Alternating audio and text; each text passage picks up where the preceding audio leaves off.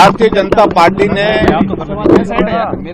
नियम 67 के अंतर्गत भ्रष्टाचार 2 साल की सरकार का कांग्रेस पार्टी की सुक्खू जी के नेतृत्व में इस पे चर्चा चाहिए थी और चर्चा में हमने भाग लिया। हमारे सभी माननीय सदस्यों ने जो गंभीर आरोप भ्रष्टाचार के वर्तमान कांग्रेस की सरकार के ऊपर लगाए थे उनसे मुकर करके दाएं बाएं करते हुए मुख्यमंत्री जवाब देने की कोशिश कर रहे हैं और मुख्यमंत्री बिल्कुल भी गंभीर नहीं। जो आरोप लगे हैं उन पर जांच हो, उन पर कार्रवाई हो और उल्टे उससे हट करके सारी चर्चा को आगे पीछे ले जाने की कोशिश कर रहे हैं। और जो पर्टिकुलरली अभी जो एक्साइज के मामले को लेकर के जो हमारे माननीय सदस्य रणधीर शर्मा जी जिन्होंने इस रेजोल्यूशन को लाया था नियम 67 के, उसमें कहा कि रात के अंधेरे में बिलासपुर में टेंडर डाला गया। हम पिछले साल की बात नहीं कर रहे हैं इसकी, हम तो इस साल की बात कर रहे हैं। इस साल की जो टेंडर हुए जो इसके शराब के जो एक्साइज के, उन सारे मामलों में मुख्यमंत्री जवाब नहीं दे रहे हैं और उल्टा उसी बात का जिक्र कर रहे हैं कि हमने इतने पैसे रेवेन्यू जनरेट किया, थोड़ा बढ़ गया। उसका इस तरह जिक्र करना मुझे लगता है कि उसकी आवश्यकता नहीं है। और भारतीय जनता पार्टी की सरकार के दौरान 2 वर्ष तक कोविड में शराब पर लगभग बीच में जो है वो प्रतिबंध रहा, बंद रहा। रेवेन्यू स्वाभाविक रूप से एक्साइज का जो है उस वक्त कम आना था, लेकिन फिर भी उसके बावजूद हमने ईमानदारी से सारा काम किया है। छोटे यूनिट बना करके बहुत सारे लोगों को उसमें रोजगार भी और पारदर्शिता के साथ काम किया है। जो इन्हें बड़े यूनिट बना करके बड़े लोगों को काम देने की जो परंपरा शुरू की, उस पर बहुत सारे प्रश्न खड़े होते हैं। और प्रश्न खड़े होने के बाद जो रात के अंधेरे में टेंडर जब डाला गया, उस पर जब जवाब मांगने के लिए रणधीर जी अपने स्थान पर खड़े हुए तो अनुमति नहीं दी गई अध्यक्ष जी की ओर से।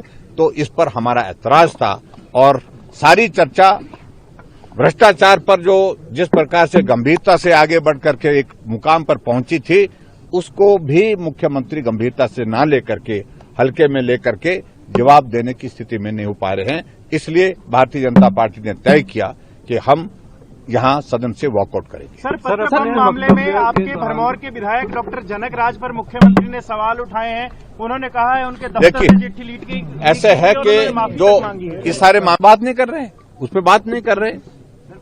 प्रदेश का युवा जो है गेस्ट टीचर पॉलिसी को लेके रोडों पे है। अभी हाल ही में हम लोगों ने आज जो है विधानसभा के साथ जोरावर स्टेडियम में 500 की संख्या में आज प्रोटेस्ट किया है। तो मैं आपके माध्यम से एक मेमोरेंडम आपको भी देना चाहूंगा। ठीक है, वो सारी चीज को लेकर के वो मेमोरेंडम ले लेंगे भाई। उसमें हमने पहले ही इस पॉलिसी का विरोध किया है और हम आपके साथ हैं, बस इतना ही। सदन में ये कहा गया है कि सदन में जानकारी रख रहे हैं कि कंपनी बनाने का अधिकार सबको है, नियमों का पालन हो रहा है। अभी मुख्यमंत्री सदन में जवाब दे रहे हैं आउटसोर्स कंपनी के ऊपर। और देखिए, ऐसे है कि इतने नजदीक हैं वो लोग जिनके बारे में मुख्यमंत्री जी ना कोई कार्रवाई कर सकते हैं, ना उनके खिलाफ बोल सकते हैं।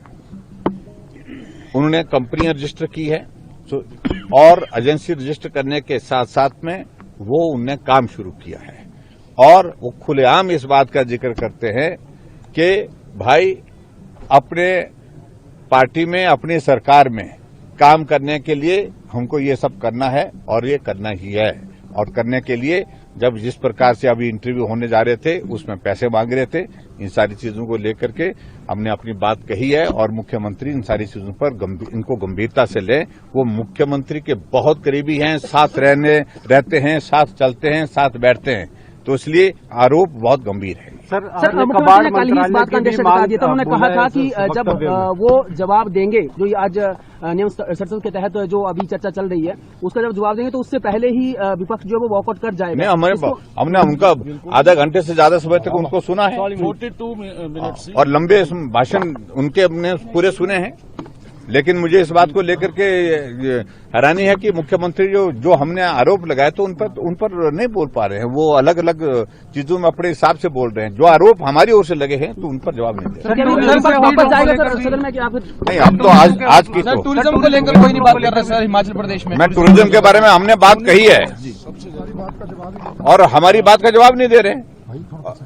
आप लोगों ने इस बात को सुना कि नहीं सुना होगा मुझे मालूम नहीं, लेकिन हमने पैटर्न पर हमने कहा कि एडीबी के प्रोजेक्ट जो आए हैं, जो 2300 करोड़ रुपए जयराम ठाकुर लेकर के आए थे दिल्ली से, उसके जो है अब आने वाले समय में कहां टेंडर लग रहे हैं, टेंडर की कंडीशन तय हो रही है, ठेकेदार तय हो रहे हैं। ये सारी चीज को लेकर के मैं आपको कह रहा हूं, ये बड़ा चिंता का विषय है हमारी जानकारी के मुताबिक।